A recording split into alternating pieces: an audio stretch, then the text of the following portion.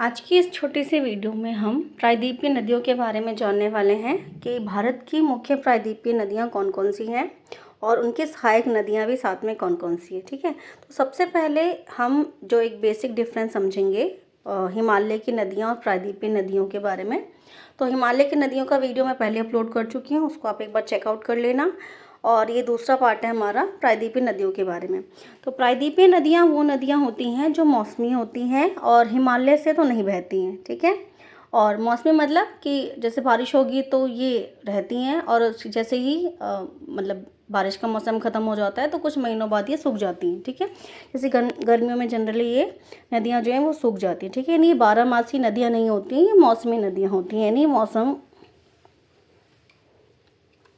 तो भारत की जो मुख्य प्रायद्वीपीय नदी है वो एक है नर्मदा, दूसरा है तापी, तीसरा है गोदावरी, महानदी, कृष्णा और कावेरी। ये मुख्य हैं आपके प्रायद्वीपीय नदियां हैं।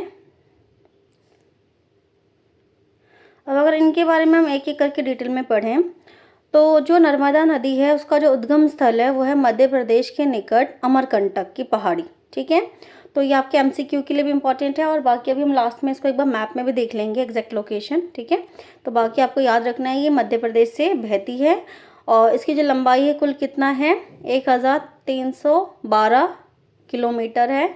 और इसकी सहायक नदियाँ क्या क्या है, शक्कर, दूधी, तवा, गजल आदि इसकी सहायक नदियाँ हैं। और ये द्रोणी इसका जो क्षेत्र है मतलब किस एरिया में ये बहती है, मध्य प्रदेश और गुजरात में मुख्य रूप से ये बहती है। इसकी विशेषताएं क्या हैं, तो समुद्र तक पहुंचने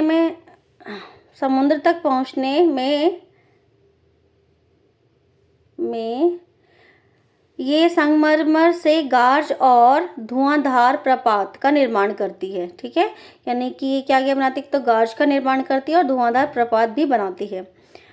अब सेकेंड रिवर है हमारा तापी, ये भी मध्य प्रदेश में ही है। मध्य प्रदेश के बैतूल जिले में सतपुड़ा से ये निकलती है और इसकी लंबाई जो है वो कितनी है 724 किलोमीटर है।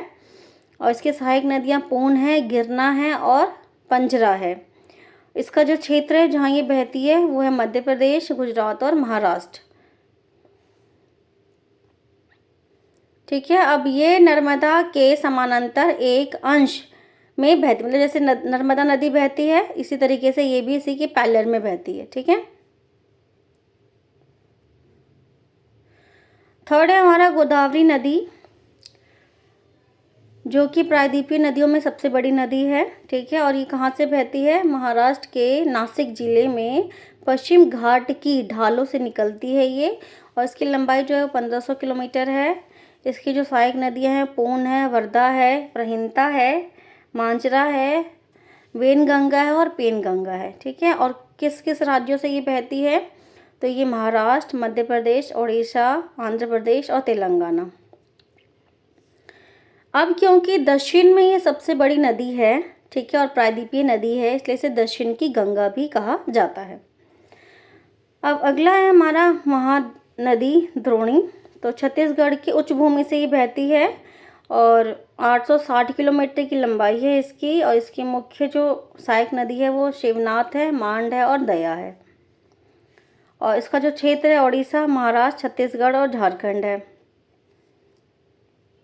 और एक और विशेषता क्या है इसकी कि बंगाल की खाड़ी में गिरती है ये नदी। कृष्णा नदी है हमारा अगला, ये महाराष्ट्र के महाबालेश्वर के निकट से बहती है। 1400 किलोमीटर इसकी लंबाई है। इसकी सहायक जो नदियां हैं वो तुंगभद्रा है, कोयना है, घटप्रभा है और मूसी है और भीमा भी है साथ में। इसके अलावा किन किन राज्यों से बहती है, महाराष्ट्र, कर्नाटक, आंध्र प्रदेश, और ये नदी भी बंगाल की खाड़ी में गिरती है। ठीक है, लास्ट हमारा कावेरी नदी है जो पश्चिम घाट के ब्रह्मगिरि श्रृंखला से निकलती है। इसकी लंबाई 760 किलोमीटर है। जो सहायक नदियां हैं वो है अमरावती, भवानी, हेमावती और काबिनी। इसका जो क्षेत्र है वो है तमिलनाडु, केरल और कर्नाटक। ठीक है, और ये भी बंगाल की खाड़ी में गिरती है।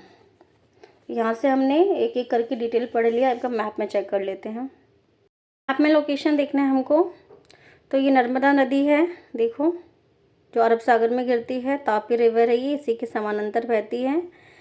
इसी के नीचे गोदावरी है, महानदी है इधर, ये कृष्णा नदी है और ये कावेरी नदी है। ठीक है, ये आपके सारे जो है वो प्रायद्वीपीय नदियाँ हैं।